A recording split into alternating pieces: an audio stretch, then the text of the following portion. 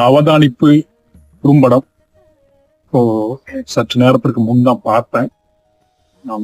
அன்பு தம்பி நண்பன் துரையோட ஒரு கவிதையில் இருந்து ஆக்கம் ஏற்பட்டு பாதிக்கப்பட்டு அந்த கவிதையை நல்லா விரிச்சு காட்சிகளால் ஆன ஆக சிறந்த குறும்படமா தம்பி புவனேஸ்வர் எடுத்திருக்காப்ல.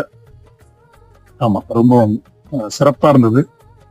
ஒரு 40 நிமிஷம் போன மாதிரி இல்லை எனக்கு. இந்த சமூக மனிதனாக வாழக்கூடிய மனிதன் இருக்கா இல்லையா, அந்த மனிதனுக்குள்ள இருக்கக்கூடிய இந்த உறவு முறைகள், இந்த உறவு முறைகளுக்குள்ள அன்புங்கிறது எந்த கட்டத்துல அருளா மாறுது, பேரருளா மாறுது.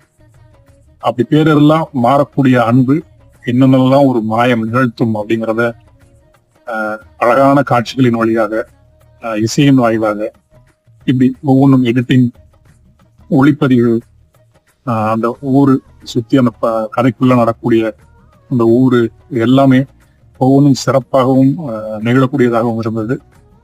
ஒரு அருமையான குறும்படம் பார்த்த நிறைவும் எனக்கு இருக்கு. அன்பு தம்பி புவனேஸ்வர் இன்னும் நிறைய பண்ணணும்.